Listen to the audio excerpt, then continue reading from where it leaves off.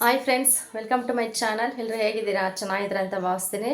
ಇವತ್ತು ಸೋಮವಾರ, ಟೈಮ್ ಆಗಲೇ 9:15 ಆಯಿತು. ನಾನು ಈಗ ವ್ಲಾಗ್ ಸ್ಟಾರ್ಟ್ ಮಾಡ್ತಾ ಇದ್ದೀನಿ. ಸಿಕ್ಕಾಪಟ್ಟೆ ಚಳಿ, ಗೊತ್ತಲ್ವ, ಎಲ್ಲ ಕಡೆನೂ ಅಷ್ಟೇ. ಇವಾಗ ಮಳೆ ಕೂಡ ಆಗ್ತಾ ಇದೆ ಕೆಲವು ಕಡೆ. ನಿನ್ನೆ ಭಾನುವಾರ, ನಿನ್ನೆ ಕೂಡ ಒಂದು ಸ್ವಲ್ಪ ಲೈಟಾಗಿ ಮಳೆ ಬಂತು, ಜೋರಾಗೇನು ಬರಲಿಲ್ಲ, ಒಂದು ಸ್ವಲ್ಪ ಲೈಟಾಗಿ ಬಂತು. ಇನ್ನು ಏನು ಅಡುಗೆ ಕೂಡ ಮಾಡಿಲ್ಲ. ನನ್ನ ಮಗನಿಗೆ ಚಿಕ್ಕಮ್ಮ ಇಡ್ಲಿ ತರಿಸಿದ್ರು ಬೆಳಗ್ಗೆ, ಅವನೇ ತಿನ್ನಿಸಿದ್ದೀನಿ. ಅವ್ನು ಹೆಂಗೋ ತಿಂದು ಆಟ ಆಡ್ತಾ ಇದ್ದಾನೆ ಅವನ ಪಾಡಿಗೆ ಅವನು. ನಾನೇನಾದರೂ ಮಾಡ್ಕೊಳೋಣ ಅಂದರೆ ನೈಟು ಸ್ವಲ್ಪ ಅನ್ನ ಇದೆ, ಅದೇನಾದರೂ ಸ್ವಲ್ಪ ಮಾಡಬೇಕು. ಇವಾಗ ಚಿತ್ರಾನ್ನ ಗೊಜ್ಜು ಮಾಡಬೇಕು, ಇಲ್ಲ ಪುಳಿಯೋಗರೆ ಮಾಡಿಬಿಟ್ಟು ಒಂದು ಟೈಮ್ ಅಡ್ಜಸ್ಟ್ ಮಾಡ್ಕೋಬೇಕು. ಮಧ್ಯಾಹ್ನಕ್ಕೆ ಸ್ವಲ್ಪ ಬಿಸಿಯನ್ನು ಏನಾದರೂ ಮಾಡ್ಕೊತೀನಿ. ಅನ್ನ ಸ್ವಲ್ಪ ಇದೆ ನೋಡಿ, ಒಂದಿಷ್ಟು ಅನ್ನ ಮಿಕ್ಕಿದೆ. ಸುಮ್ಮನೆ ಏನಕ್ಕೆ ವೇಸ್ಟ್ ಮಾಡೋದು ಹೇಳಿ.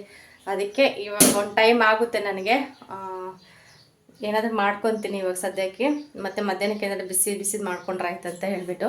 ಇನ್ನು ಬಟ್ಟೆ ಕೂಡ 3 ದಿನ ಆಯಿತು ಬಟ್ಟೆ ಒಗೆದ್ಬಿಟ್ಟು, ಬಟ್ಟೆನೇ ಒಣಗಿಲ್ಲ. ಹೊರಗಡೆ ತೊಗೊಂಡೋಗಿ ಹಾಕ್ದಂಗೆಲ್ಲ ಮತ್ತೆ ಫುಲ್ಲು ಮೋಡ ಆಗೋದು, ಮತ್ತು ಮಂಜೆಲ್ಲ ಸುರಿಯೋದು ಇನ್ನೂ ಸ್ವಲ್ಪ ಜಾಸ್ತಿನೇ ಇದಾಗ್ತಾಯಿತ್ತು. ಅದಕ್ಕೆ ಇಲ್ಲಿ ತಂದು ಇಟ್ಟಿದ್ದೀನಿ ಎಲ್ಲ. ನೋಡಬೇಕು, ಒಂದು ಸ್ವಲ್ಪ ಲೈಟಾಗಿ ಬಿಸಿಲು ಏನಾದರೂ ಬಂದರೆ ಆಮೇಲೆ ಒಣಗಾಕಬೇಕು.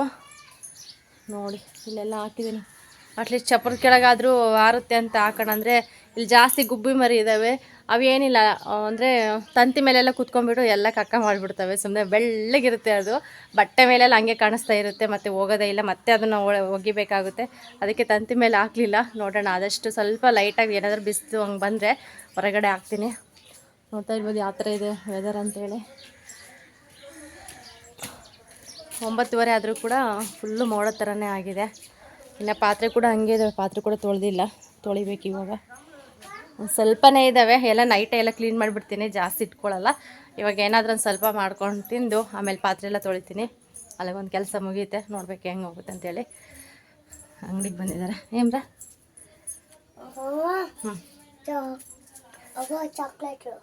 ಯಾವೇ ಚಕ್ಲಿಲ್ಲ ಚಾಕ್ಲೇಟ್ಲ ಇವ್ಯಾ ಪೈನಾಪಲ್ಲ ಪೈನಾಪಲ್ದು ಮಾಡಿ ಚಿಂಟ್ಕೊಂಡು ಬಾಳೆಹಣ್ಣು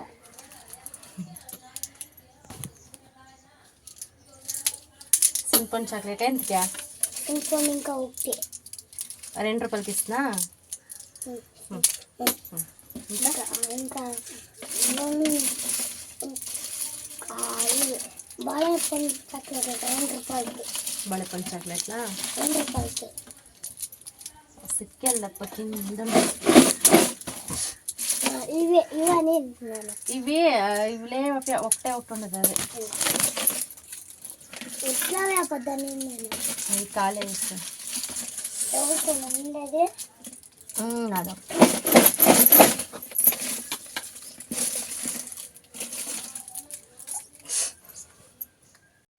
ಚಿಕ್ಕ ಮಕ್ಳು ಬರ್ತಾರೆ, 5 ರೂಪಾಯಿ ತಂದರೆ 5 ಥರದ್ದು ತೊಗೊಂಡೋಗ್ತಾ ಇರ್ತಾರೆ.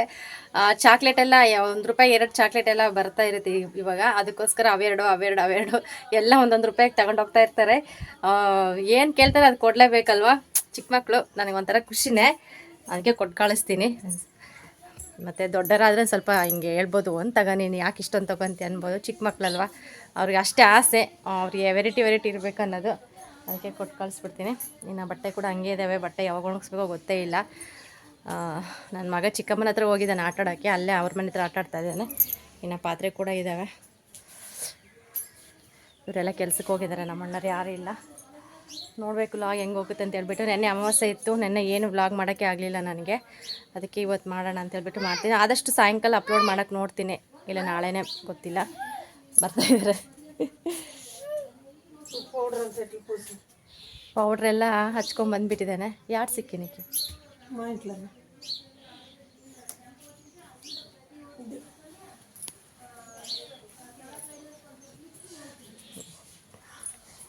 ಬಾಂಡಿಲ್ಲ. ಓಕೆ ಫ್ರೆಂಡ್ಸ್, ವ್ಲಾಗ್ ಕಂಟಿನ್ಯೂ ಆಗುತ್ತೆ, ನೋಡಿ ಸಪೋರ್ಟ್ ಮಾಡಿ. ಅವನು ಹೊಟ್ಟೆ ಹಸಿವಾಗುತ್ತೆ ಅಂತ ಕೇಳ್ತಾ ಇದ್ದ. ಬೆಳಗ್ಗೆ ಬೇಗನೆ ಎದ್ದಿದ್ದೆ, ಒಂದು 5:45 ಎದ್ದಿದ್ದ, ಬೇಗನೆ ಎದ್ದ. ಅದಕ್ಕೋಸ್ಕರ ಮಕ್ಕಳು ಸ್ವಲ್ಪ ಬೇಗ ಎದ್ದರೆ ಹೊಟ್ಟೆ ಕೂಡ ಬೇಗ ಹಸಿವಾಗುತ್ತಲ್ಲ, ಅದಕ್ಕೋಸ್ಕರ. ಇನ್ನು ಚಿಕ್ಕಮ್ಮ ಬಂದುಬಿಟ್ಟು ಬಿಸಿ ಇಡ್ಲಿ ತಂದು ಕೊಟ್ಟಿದ್ರು. ನಮ್ಮೂರಲ್ಲೇ ಮಾಡ್ತಾರೆ, ಹೋಟೆಲ್ ಇದೆ, ತುಂಬ ಚೆನ್ನಾಗಿ ಮಾಡ್ತಾರೆ, ಟೇಸ್ಟೇ ಕೂಡ ಇರುತ್ತೆ.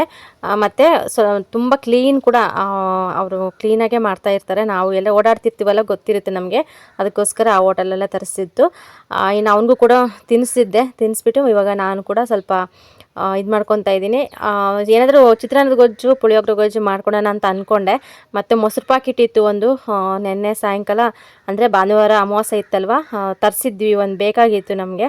ಅಂದರೆ ಅಮಾವಾಸ್ಯೆ ಹುಣ್ಣಿಮೆಗೆ ಅನ್ನ ಮೊಸರು ಎಲ್ಲ ಮನೆ ಸುತ್ತ ಹಾಕ್ತೀವಲ್ವ, ಅದಕ್ಕೋಸ್ಕರ ಇನ್ನೊಂದು ಸ್ವಲ್ಪ ಉಳಿದಿತ್ತು. ಮತ್ತು ಅದು ಹಂಗೆ ಇಟ್ಟರೆ ಹಂಗೆ ಇರುತ್ತೆ ಅಂತ ಹೇಳಿಬಿಟ್ಟು ಒಂದು ಸ್ವಲ್ಪ ಮೊಸರನ್ನ ಮಾಡ್ಕೊಳೋಣ ಅಂತ ಹೇಳಿ ಇವಾಗ ಮಾಡ್ಕೊತಾ ಇದ್ದೀನಿ. ಏನಿಲ್ಲ, ಸಿಂಪಲ್ಲಾಗಿ ಅಷ್ಟೇ. ಚಿತ್ರಾನ್ನ ಮಾಡೋಣ ಅಂದರೆ ಟೊಮಟೆ ಹಣ್ಣು ಇರಲಿಲ್ಲ ಹೇಳ್ಬೇಕಂದ್ರೆ. ಇನ್ನು ಹುಡುಕಿ ನೋಡಿದೆ, ಚಿಕ್ಕಮ್ಮರ ಮನೇಲಿ ಕೂಡ ಖಾಲಿ ಆಗಿತ್ತು. ಇನ್ನು ಸುಮ್ಮನೆ ಮೊಸರು ಪಾಕಿಟ್ ಇದೆ ಅಲ್ವ, ಒಂದು ಸ್ವಲ್ಪ ಇದೆ, ಅದರಲ್ಲಿ ಅಡ್ಜಸ್ಟ್ ಮಾಡ್ಕೊಳೋಣ ಅಂತ ಹೇಳಿ ತೊಗೊಂಡು ಇವಾಗ ಮಾಡ್ಕೊತಾ ಇದ್ದೀನಿ. ಏನಿಲ್ಲ, ಸಿಂಪಲ್ ಅಂದರೆ ವೆರಿ ವೆರಿ ಸಿಂಪಲ್ ಅಷ್ಟೇ. ಒಂದು 2 ಈರುಳ್ಳಿ ಇತ್ತು, 2 ಈರುಳ್ಳಿ ಚಿಕ್ಕದಿತ್ತು, ಕಟ್ ಮಾಡಿಕೊಂಡು ಒಂದು 3 ಒಣಮೆಣಸಿನ್ಕಾಯಿ ಕ್ಯೂಚ್ ಅದರಲ್ಲಿ ಮುರಿದಾಕ್ಬಿಟ್ಟು, ಮತ್ತು ಸ್ವಲ್ಪ ಸಾಸಿವೆ, ಒಂದು ಸ್ವಲ್ಪ ಜೀರಿಗೆ, ಒಂದು ಸ್ವಲ್ಪ ಉಪ್ಪು ಅಷ್ಟೇ. ತುಂಬ ಚೆನ್ನಾಗಿತ್ತು ಟೇಸ್ಟ್ ಮಾತ್ರ. ಫಸ್ಟ್ ಇದೆಲ್ಲ ಚೆನ್ನಾಗಿ ಫ್ರೈ ಮಾಡ್ಕೊಂಬಿಟ್ಟು, ಅನ್ನ ಇರುತ್ತಲ್ಲ, ಅನ್ನ ಹಾಕ್ಬಿಟ್ಟು ಚೆನ್ನಾಗಿ ಫ್ರೈ ಮಾಡಬೇಕು ಫಸ್ಟು. ಅನ್ನ ಎಲ್ಲ ಚೆನ್ನಾಗಿ ಬಿಸಿ ಆದಮೇಲೆ ಆಮೇಲೆ ಒಂದು ಸ್ವಲ್ಪ ಮೀಡಿಯಮ್ ಫ್ಲೇಮಲ್ಲಿ ಇಟ್ಬಿಟ್ಟು, ಸ್ಟವ್ ಆಫ್ ಮಾಡಿದ್ರೂ ಬೆಟರೇ ಅನಿಸುತ್ತೆ. ನಾನು ಸ್ವಲ್ಪ ಮೀಡಿಯಮ್ ಇದರಲ್ಲಿ ಇಟ್ಬಿಟ್ಟು ಮೊಸರು ಹಾಕ್ತೀನಿ. ಮೊಸರು ಹಾಕ್ಬಿಟ್ಟು ಒಂದು ಸ್ವಲ್ಪ ನಮಗೆ ಎಷ್ಟು ಬೇಕಷ್ಟು ಸ್ವಲ್ಪ ನೀರು ಹಾಕ್ಕೊಂಬಿಟ್ಟು ಚೆನ್ನಾಗಿ ಮಿಕ್ಸ್ ಹೊಡಿತೀನಿ ಅಷ್ಟೇ.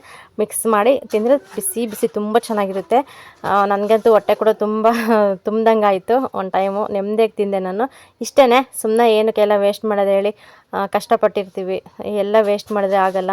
ಕೆಲವೊಂದು ಏನು ತಿನ್ನೋಕ್ಕಾಗೋದೇ ಇಲ್ಲ ಅನ್ನೋ ಸ್ವಲ್ಪ ಮುಸ್ರೆಗೆ ಹಾಕ್ಬೋದು ಅಷ್ಟೇ.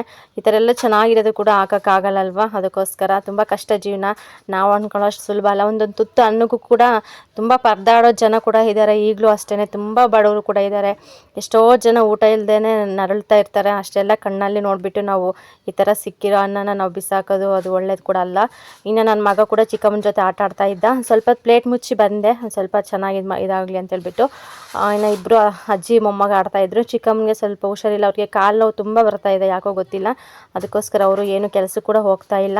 ಇನ್ನು ಮನೇಲಿ ಸ್ವಲ್ಪ ಕೆಲಸ ಎಲ್ಲ ಮುಗಿಸಿ ಬಂದುಬಿಡ್ತಾರೆ ಇಲ್ಲಿಗೆ ಇವನ ಜೊತೆ ಆಟ ಆಡೋಕ್ಕೆ. ಇಲ್ಲೇ ಇವನು ಕೂಡ ಅಲ್ಲಿಗೆ ಹೋಗ್ಬಿಡ್ತಾನೆ.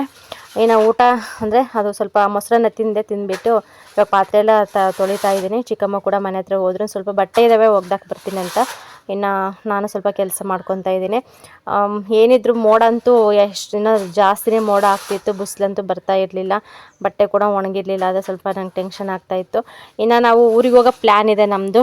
ಅಂದರೆ ನಮ್ಮ ಯಜಮಾನ ಅತ್ತೆರ ಊರಿಗೆ ಹೋಗಬೇಕು, ನಮ್ಮೂರಿಗೆ, ನಮ್ಮ ಸ್ವಂತ ಊರಿಗೆ ಹೋಗಬೇಕು. ಅದಕ್ಕೋಸ್ಕರ ಪ್ಲ್ಯಾನಿಂಗ್ ಇದೆ. ನಾನು ನನ್ನ ಮಗ ಇಬ್ಬರು ಹೋಗ್ಬೇಕಂತ ಅಂದ್ಕೊಂಡಿದ್ದೀವಿ. ಹೋಗಿ ಒಂದು 8 ದಿನ ಇದ್ದು ಬರೋಣ, ಒಂದು ವಾರ ಫುಲ್ಲು ಅಂತ. ಇನ್ನು ನಾನು ಹೋಗಿ ಬಂದುಬಿಟ್ಟು ಒಂದು 2 ತಿಂಗಳಾಯಿತು. ನನ್ನ ಮಗನೂ ಕೂಡ ಕರ್ಕೊಂಡು ಹೋಗ್ಬೇಕು ಈ ಸರಿ ಹೋದರೆ. ಅದಕ್ಕೋಸ್ಕರ ಇನ್ನು ಅತ್ತೆ ಮಾವ ಕೂಡ ಫೋನ್ ಮಾಡಿದರು ಬರಮ್ಮ ಅಂತ ಹೇಳಿ, ಹೋಗಲೇಬೇಕು. ಮತ್ತು ಭಾನುವಾರ ಒಂದು ಮದುವೆ ಇದೆ ನಮ್ಮ ರಿಲೇಟಿವ್ಸ್ದು. ಅತ್ತೆ ಅವರೆಲ್ಲ ಮದುವೆಗೆ ಬರ್ತಾರೆ. ನೋಡ್ತೀನಿ, ನಾನು ಆದರೆ ಹಿಂಗೆ ಮದುವೆಗೆ ಹೋಗ್ತೀನಿ, ಮದುವೆಗೆ ಹೋಗಿ ಹಂಗೆ ಊರಿಗೆ ಹೋಗ್ತೀನಿ. ಇಲ್ಲ ಆಗಲಿಲ್ಲ ಅಂತಂದರೆ ಅತ್ತೆ ಮದುವೆ ಮುಗಿಸ್ಕೊಂಡು ಅವರು ಊರಿಗೆ ಹೋಗ್ತಾರೆ, ಮತ್ತು ನಾನು ಹಿಂಗೆ ಡೈರೆಕ್ಟಾಗಿ ಹೋಗ್ತೀನಿ. ಇನ್ನು ನಮ್ಮ ಅಕ್ಕ ಬೇರೆ ಇದ್ದಾರಲ್ವ ಅಲ್ಲಿ, ಅಕ್ಕೊಂದು ಡೆಲಿವರಿ ಆಗಿದೆಯಲ್ಲ, ಪಾಪ ನೋಡೋಕ್ಕೆ ಹೋಗ್ತಾರೆ ಅತ್ತೆ. ನಾವು ಹಿಂಗೆ ಡೈರೆಕ್ಟಾಗಿ ಊರಿಗೆ ಹೋಗ್ತೀವಿ.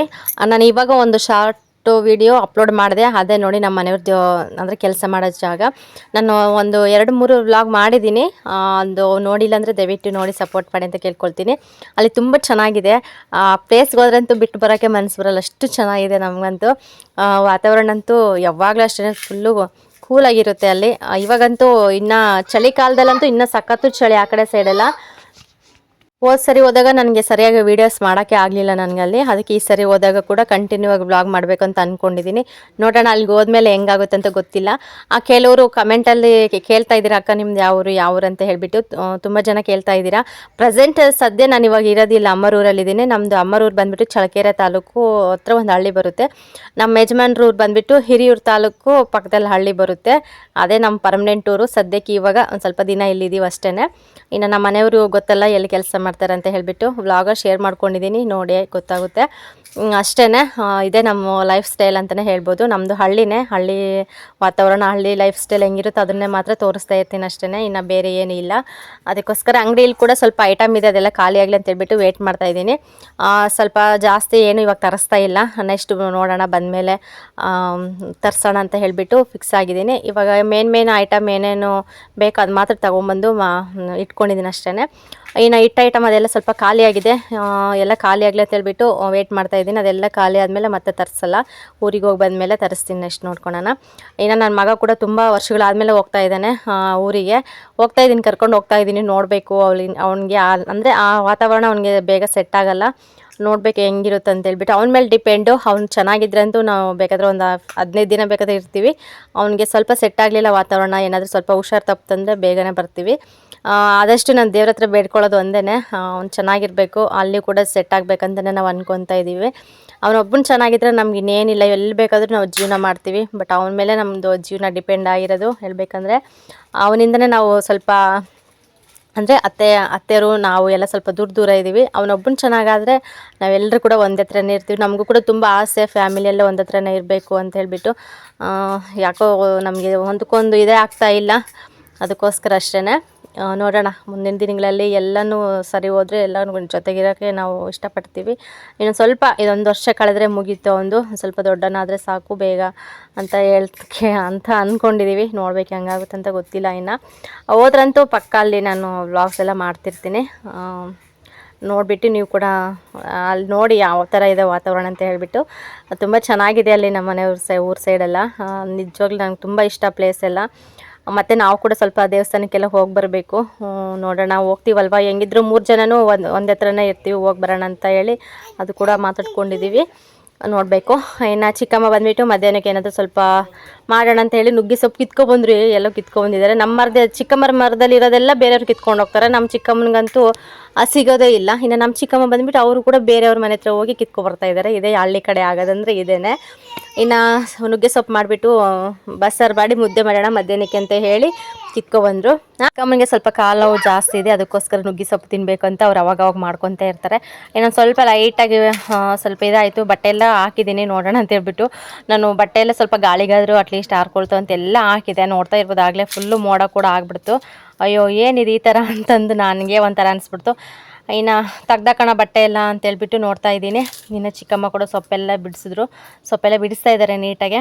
ಬಿಡಿಸ್ಬಿಟ್ಟು ಬೇಗ ಅಡುಗೆ ಮಾಡೋಣ ಅಂತೇಳ್ಬಿಟ್ಟು. ವೆದರ್ ನೋಡಿದ್ರೆ ಈ ಥರ ಇದೆ, ಮತ್ತು ಮಧ್ಯಾಹ್ನಕ್ಕೆ ಬಿಸಿ ಊಟ ಆದರೆ ತುಂಬ ಚೆನ್ನಾಗಿರುತ್ತೆ ಅಂತ ಹೇಳಿ ಎಲ್ಲ ಸೊಪ್ಪೆಲ್ಲ ಬಿಡಿಸ್ತಾಯಿದ್ರು. ಆಗಲೇ ಟೈಮ್ ಬಂದುಬಿಟ್ಟು ಆಗಿತ್ತು ಸುಮಾರಾಗೆ, ಆದರೂ ಕೂಡ ಒಂದು ಸ್ವಲ್ಪ ಕೂಡ ಲೈಟಾಗಿ ಬಿಸಿಲೇ ಬರಲಿಲ್ಲ.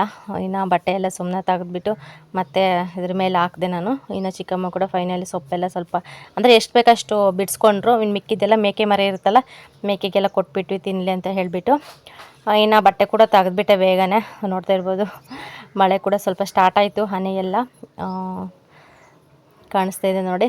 ನಾವು ತುಂಬ ಅಂದರೆ ಮೋಡ ಆಗಿರೋದಕ್ಕೆ ಸಖತ್ತು ಮಳೆ ಬರುತ್ತೇನೋ ಅಂತ ಅಂದ್ಕೊಂಡಿದ್ವಿ, ಆದರೆ ಸ್ವಲ್ಪ ಸುಮಾರಾಗೆ ಬಂತು, ತೀರ ಅಷ್ಟೊಂದೇನು ಬರಲಿಲ್ಲ, ಲೈಟಾಗೆ ಬರ್ತಾಯಿತ್ತು. ಇನ್ನು ಅಂಗಡಿಯಲ್ಲಂತೂ ಸ್ವಲ್ಪ ಮಳೆ ಬಂದರೆ ಸಾಕು, ನೀರೆಲ್ಲ ಒಳಗಡೆ ಹೋಗ್ತಾ ಇರುತ್ತೆ, ಅದಕ್ಕೋಸ್ಕರ ಹನಿಯಲ್ಲೇ ಬಿದ್ದಿತ್ತು.